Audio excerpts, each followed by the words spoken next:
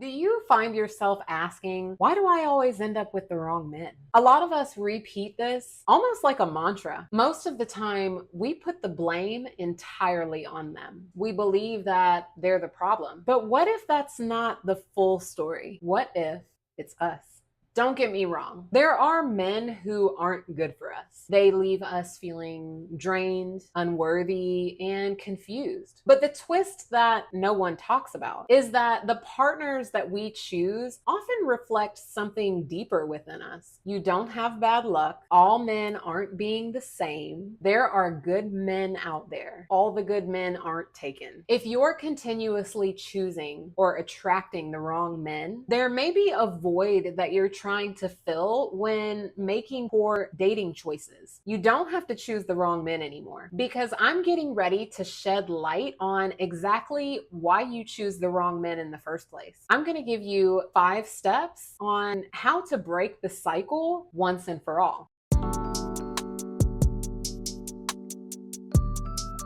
What's up, y'all? Welcome back to the channel. If you're new here, happy to have you. I'm your host, Amanda Haynes. If you're here today, you've probably experienced one of the following. You're choosing the wrong men, you're attracting the wrong men, you've experienced emotional abuse, you have an anxious attachment style, you've dealt with or are currently dealing with a covert narcissist, or are surviving past experiences of narcissism, domestic violence, emotionally unavailable men, men who won't commit, men who are disrespectful, or men who won't make the effort. I've experienced and survived every one of these. I know firsthand what it's like. What I didn't realize then was that I had blind spots. Blind spots are essentially unconscious motivations. They are things that we can't see, but ultimately we attract to us who we are and where we are. You see, when we're stuck in a pattern of dating the wrong men, it's often because we're trying to fill an emotional gap that's been there all along. Whether that's a lack of self-worth, a need for validation, or the fear of being alone. We keep hoping the next guy will be different, but deep down, we're choosing partners who mirror the wounds we haven't healed. And it's not about fault or shame. It's about awareness. We need to stop asking, why do I keep meeting these kinds of men? And start asking, what is it in me that attracts this in the first place? It's not an easy question to face, but it's the only one that leads to lasting change. Number 1, we date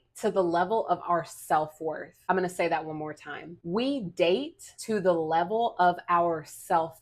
How we view ourselves has everything to do with how we choose our partners, because the partners that we choose reflect what we believe we deserve. It's completely unconscious, and truly it requires deep reflection to uncover. This means introspection. It means going inside, removing distractions, sitting in silence, revisiting past scenarios, looking at patterns, and asking yourself questions like, do the partners that I've chosen have similar traits? Do all or most of my relationships end the same way? Do my relationships start fizzling off around the same time frame? Is there a void I'm trying to fill? What am I afraid of? What do all my partners have in common? In what ways are they similar to my mom? In what ways are they similar to my dad? There is a cycle, I promise you, and it takes going inside to find it, and it's not always easy, trust me. Number 2, become your own best partner. You have to become everything that you desire in someone. Remember, we attract what we are. Write a list of qualities you want in a partner and become that list in your everyday life. With every person you interact with, treat yourself like you want your partner to treat you. If you're attracting emotionally unavailable men, are you emotionally available for yourself? Are you emotionally available for others? If you attract men who display a lack of commitment, where are you uncommitted? To yourself, to your job, lifestyle changes? It could be anything. These are things that you will uncover through going within yourself, journaling, meditating, mindfulness, sitting with yourself, being with yourself. If you can't sit with and enjoy the presence of your own being, you absolutely are looking to fill a void and you're running from from yourself. Maybe you attract partners who are disrespectful or lack effort. Where are you disrespectful? To yourself, to others? Where do you lack putting in the effort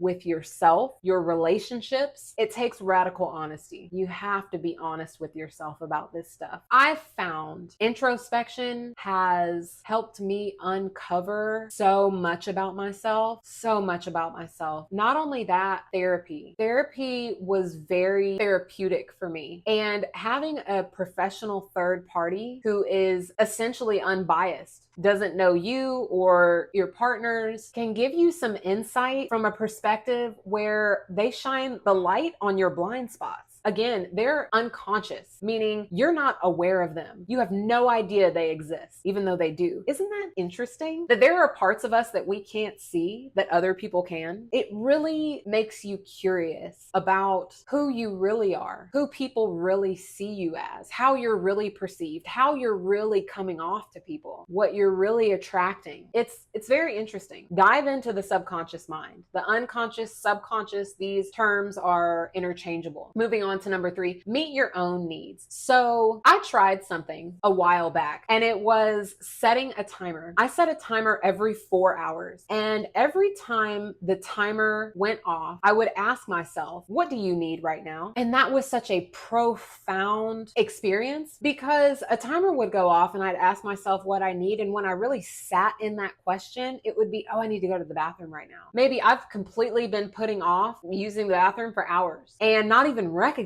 it. Asking yourself what you need is not only you meeting your needs, but you're tapping in and tuning into yourself in a way that, number one, no one else can. And number two, you're not trying to fill a void now for someone else to meet your needs. You're meeting your own needs. What a whole and empowered place that you're coming from when you meet someone else, because you're already meeting your needs. You're already whole. You're already complete. This person now just complements you. They're not a void filler anymore. It is a powerful, powerful technique, but ultimately meeting your own needs fills a void, because there can be more than one. But trying to get our needs met through others is a common mistake that we make. And I'm not insinuating that a partner will never meet your needs, because we all have needs that in any type of relationship are met through another human being. It's part of connection. But there are needs that you need to meet for yourself. It also puts you in a different energy and a different vibration. Can you imagine meeting someone who already meets their own needs versus the energy of someone who is looking to get their needs met from everyone outside of them? They're two completely different energies. You're standing in a different vibration, a different knowing of who you are. Knowing I can meet my own needs versus I need you to meet my needs for me. Please fill my cup up, because it's not full. You can see the different energies. 4, father wounds. So this is a big one. This was a big one for me. I experienced a decade-long binge drinking alcohol. And throughout my journey, I had to work a 12-step program. And what that meant was I had to take an inventory of the resentments that I held for people in my life. A lot of that being unconscious as well. Again, that unconscious, subconscious mind will keep you trapped and you don't even realize it. It's very sneaky, very powerful. The unconscious mind is where we take action from. We think it's the conscious mind. We think it's, oh, I consciously brush my teeth. I consciously.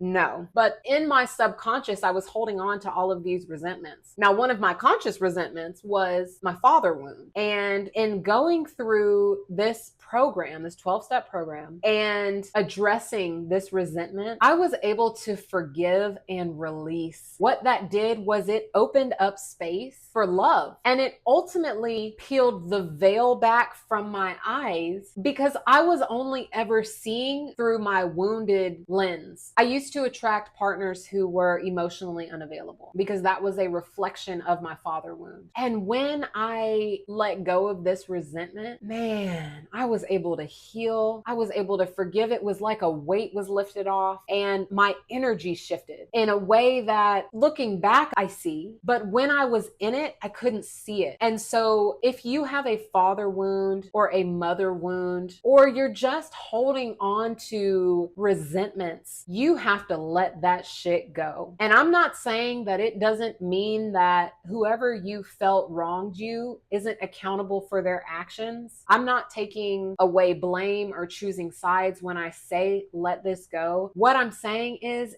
holding on to this is holding you down. It's holding you back from becoming your best self, from living your best life, and from attracting men who are right for you. Profound, I promise. I'll probably also do a video on just this alone, but nonetheless. Number 5, accountability. This is going to be a big one. This is going to probably trigger some people, but I want you to stick with me because the ego is going to say this is some bullshit, but the ego is what keeps you stuck in your cycle, keeps you right, keeps you, all these things. So 5, accountability. This means we take back control. When we become accountable for our own actions and the role that we played in the relationship, it means that there's something that we can change next time. When we're always placing the focus outward, we're essentially saying, I'm completely powerless to what happened. I'm always at the mercy of other people. And there's no power in that. You're completely stuck. So taking back control, being accountable for the role that you played. And I'm going to show you what that looks like. It means there's something we can do about it. So what vibration have I been living in? Where have I been living? Where has my energy been in all of my relationships? When we're constantly projecting a victim mentality or mindset, we are at the mercy of everyone else. We are not victims. I love you and I care about your suffering, but you are not a victim. Let's eradicate that from our mentality, our mindset, because there's no control in that. The 12-step program that I worked, one of the tasks when I was going through my resentments list was I had to turn the finger and point it back at myself. And I had to ask myself questions that were uncomfortable because our ego never wants to be wrong. It never wants to see us as a participant in the event. We kind of blank ourselves out. I mean, we're literally blanked out of the event because we can't see ourselves in the interaction, right? All we see is everyone else. I mean, we can see our arms, our legs, our clothes, but we can't see ourselves from an outside perspective. So we tend to blank ourselves out of the situation. We don't really see our role, see our